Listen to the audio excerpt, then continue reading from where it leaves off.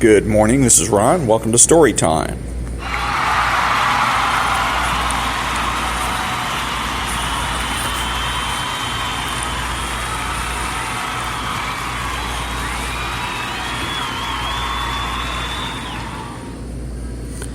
So this morning it is Tuesday, February 21st, 2017, and I'm recording this on location at Lovebirds on Colorado Boulevard in Pasadena, California. And we're continuing with the book by Ayn Rand called The Virtue of Selfishness. And from the book, back of the book, the back cover reads, The Virtue of Selfishness. Ayn Rand here sets forth the moral principles of objectivism, the philosophy that holds man's life, the life proper to a rational being, as the standard of moral values and regards altruism as incompatible with man's nature, with the creative requirements of his survival, and with a free society. Ayn Rand wrote Atlas Shrugged, philosophically the most challenging bestseller of its time. Her first novel, We the Living, was published in 1936. With the publication of The Fountainhead in 1943, she achieved a spectacular and enduring success. Miss Rand's unique philosophy, objectivism, has gained a worldwide audience. The fundamentals of her philosophy are set forth in 4 nonfiction books: Introduction to Objectivist Epistemology, For the New Intellectual, The Virtue of Selfishness, and Capitalism, the Unknown Ideal. The magnificent statement of her artistic credo, The Romantic Manifesto, is also available in a Signet edition. And again, the epistemology is the branch of philosophy that studies knowledge. The chapter I'm going to cover today, just one chapter this time, and that for this episode, and that will be Chapter 10, Collectivized Ethics by Ayn Rand. Again, the book is basically a collection of speeches and articles that were written by Ayn Rand and Nathaniel Branden. So this one happens to be by Ayn Rand. Certain questions which one frequently hears are not philosophical queries, but psychological confessions. This is particularly true in the field of ethics. It is especially in discussion of ethics that one must check one's premises, or remember them, and more, one must learn to check the premises of one's adversaries. For instance, objectivists will often hear questions such as, what will be done about the poor or the handicapped in a free society? The altruist collectivist premise implicit in that question is that men are their brother's keepers, and that the misfortune of some is a mortgage on others. The questioner is ignoring or evading the basic premises of objectivist ethics, and is attempting to switch the discussion onto his own collectivist base. Observe that he does not ask, should anything be done, but what will be done, as if the collectivist premise has been tacitly accepted, and all that remains is a discussion of the means to implement it. Once, when Barbara Branden was asked by a student, what will happen to the poor in an objectivist society, she answered, if you want to help them, you will not be stopped. This is the essence of the whole issue, and a perfect example of how one refuses to accept an adversary's premises as the basis of discussion. Only individual men have the right to decide when or whether they wish to help others. Society, as an organized political system, has no rights in the matter at all. On the question of when and under what conditions it is morally proper for an individual to help others, I refer you to Galt's speech in Atlas Shrugged. What concerns us here is the collectivist premise of regarding this issue as political, as the problem or duty of society as a whole. Since nature does not guarantee automatic security, success, and survival to any human being, it is only the dictatorial presumptuousness and the moral cannibalism of the altruist collectivist code that permits a man to suppose, or idly to daydream, that he can somehow guarantee such security to some men at the expense of others. If a man speculates on what society should do for the poor, he accepts thereby the collectivist premise that men's lives belong to society, and that he, as a member of society, has the right to dispose of them, to set their goals, or to plan the distribution of their efforts. This is the psychological confession implied in such questions and in many issues of the same kind. At best, it reveals a man's epistemological chaos. It reveals a fallacy which may be termed the fallacy of the frozen abstraction. and which consists of substituting one particular concrete for the wider abstract class to which it belongs. In this case, substituting a specific ethics, altruism, for the wider abstraction of ethics. Thus, a man may reject the theory of altruism and assert that he's accepted a rational code, but, failing to integrate his ideas, he continues unthinkingly to approach ethical questions in terms established by altruism. More often, however, the psychological confession reveals a deeper evil. It reveals the enormity of the extent to which altruism erodes men's capacity to grasp the concept of rights or the value of an individual life.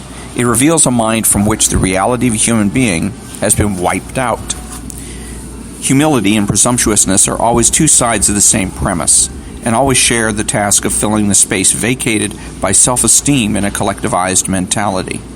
The man who's willing to serve as the means to the ends of others will necessarily regard others as the means to his ends.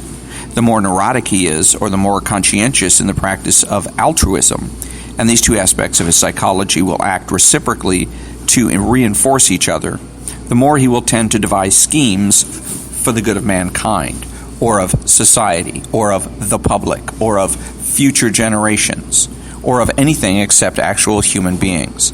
Hence the appalling recklessness with which men propose, discuss, and accept humanitarian projects, which are to be imposed by political means, that is, by force, on an unlimited number of human beings. If, according to collectivist caricatures, the greedy rich indulged in profligate material luxury on the premise of price no object, then the social progress brought on by today's collectivized mentalities consists of indulging in altruistic political planning on the premise of human lives no object. The hallmark of such mentalities is the advocacy of some grand-scale public goal without regard to context, costs, or means. Out of context, such a goal can usually be shown to be desirable. It has to be public because the costs are not to be earned, but to be expropriated, and a dense patch of venomous fog has to shroud the issue of means, because the means are to be human lives. Medicare is an example of such a project. Isn't it desirable that the aged should have a medical care in times of illness? Its advocates clamor. Consider out of context, the answer would be, yes, it is desirable.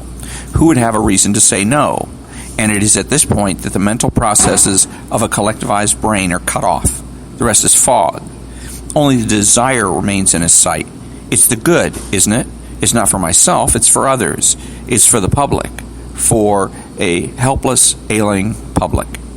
The fog hides such facts as the enslavement and therefore the destruction of medical science, the regimentation and disintegration of all medical practice, and the sacrifice of the professional integrity, the freedom, the careers, the ambitions, the achievements, the happiness, the lives of the very men who are to provide that desirable goal, the doctors. After centuries of civilization, most men, with the exception of criminals, have learned that the above mental attitude is neither practical nor moral in their private lives and may not be applied to the achievement of their private goals. There would be no controversy about the moral character of some young hoodlum who declared, "Isn't it desirable to have a yacht, to live in a penthouse, and to drink champagne?" and stubbornly refused to consider the fact that he had robbed a bank and killed 2 guards to achieve that desirable goal. There's no moral difference between these two examples. The number of beneficiaries does not change the nature of the action. It merely increases the number of victims. In fact, the private hoodlum has a slight edge of moral superiority. He has no power to devastate an entire nation, and his victims are not legally disarmed. It is men's views of their public or political existence that the collectivized ethics of altruism has protected from the march of civilization and has preserved as a reservoir, a wildlife sanctuary, ruled by the Moors of prehistorical savagery. If men have grasped some faint glimmer of respect for individual rights in their private dealings with one another, that glimmer vanishes when they turn to public issues. And what leaps into the political arena is a caveman who can't conceive of any reason why the tribe may not bash in the skull of any individual if it so desires. The distinguishing characteristic of such tribal mentality is the axiomatic, the almost instinctive view of human life as the fodder fuel, or means for any public project. The examples of such projects are innumerable. Isn't it desirable to clean up the slums, dropping the context of what happens to those in the next income bracket? Isn't it desire to have beautiful planned cities, all of one harmonious style, dropping the context of whose choice of style it is to be forced on the home builders? Isn't it desirable to have an educated public, dropping the context of who will do the educating, what will be taught, and what will happen to dissenters? Isn't it desirable to liberate the artists, the writers, the composers from the burden of financial problems and leave them free to create, dropping the context of such questions as which artists, writers, and composers, chosen by whom, at whose expense, at the expense of the artists, writers, and composers who have no political pull and whose miserably precarious incomes will be taxed to liberate that privileged elite? Isn't science desirable? Isn't it desirable for man to conquer space? And here we come to the essence of the unreality, the savage, blind, ghastly, bloody unreality that motivates a collectivized soul. The unanswered and unanswerable question in all their desirable goals is, to whom? Desires and goals presuppose beneficiaries. Is science desirable? To whom? Not to the Soviet serfs who die of epidemics, filth, starvation, terror, and firing squads, while some bright young men wave to them from space capsules circling over their human pigsties. And not to the American father who died of a heart failure brought on by overwork, struggling to send his son through college, or to the boy who could not afford college, or to the couple killed in an automobile wreck because they could not afford a new car, or to the mother who lost her child because she could not afford to send him to the best hospital. Not to any of those people whose taxes paid for the support of our subsidized science and public research projects. Science is of value only because it expands, enriches, and protects man's life. It is not of value outside that context. Nothing is of value outside that context, and man's life means the single, specific, irreplaceable lives of individual men. The discovery of new knowledge is of value to men only when and if they are free to use and enjoy the benefits of the previously known. New discoveries are of potential value to all men, but not at the price of sacrificing all of their actual values. A progress extended into infinity, which brings no benefit to anyone, is a monstrous absurdity. And so is the conquest of space by some men, when and if it is accomplished by expropriating the labor of other men who are left without means to acquire a pair of shoes. Progress can come only out of men's surplus, that is, from the work of those men whose ability produces more than their personal consumption requires, those who are intellectually and financially able to venture out in pursuit of the new. Capitalism is the only system where such men are free to function and where progress is accompanied not by forced privations, but by a constant rise in the general level of prosperity, of consumption, and of enjoyment of life. It is only to the frozen unreality inside a collectivized brain that human lives are interchangeable, and only such a brain can contemplate as moral or desirable the sacrifice of generations of men for the alleged benefits which public science or public industry or public concerts will bring to the unborn. Soviet Russia is the clearest but not the only illustration of the achievements of collectivized mentalities. 2 generations of Russians have lived, toiled, and died in misery, waiting for the abundance promised by their rulers, who pleaded for patience and commanded austerity while building public industrialization and killing public hope in 5-year installments. At first, the people starved while waiting for electric generators and tractors. They're still starving while waiting for atomic energy and interplanetary travel. That waiting has to end. The unborn profiteers of that wholesale sacrificial slaughter will never be born. The sacrificial animals will merely breed new hordes of sacrificial animals, as the history of all tyrannies have demonstrated, while the unfocused eyes of a collectivized brain will stare on, undeterred, and speak of a vision of service to mankind, mixing interchangeably the corpses of the present with the ghosts of the future, but seeing no men. Such is the status of reality in the soul of any milquetoast who looks with envy at the achievements of industrialists and dreams of what beautiful parks he could create if only everyone's lives, efforts, and resources were turned over to him. All public projects are mausoleums, not always in shape, but always in cost. The next time you encounter one of those public-spirited dreamers who tells you rancorously that some very desirable goals cannot be achieved without everybody's participation, tell him that if he cannot obtain everybody's voluntary participation, his goals had jolly well better remain unachieved, and that men's lives are not his to dispose of. And if you wish, give him the following example of the ideals he advocates.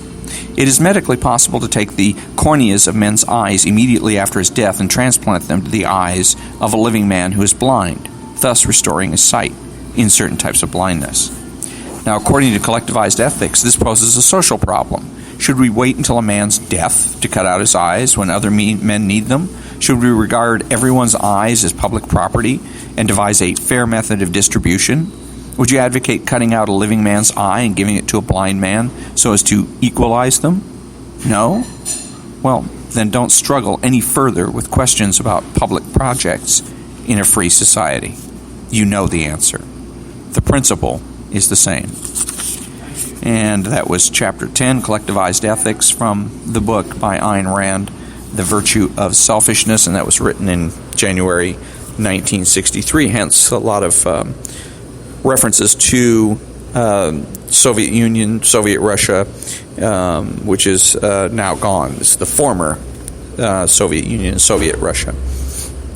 And Ayn Rand was right about a lot of things. She did make her share of mistakes, and one of them was in creating objectivism itself. For in creating objectivism, she failed to be objective ever after.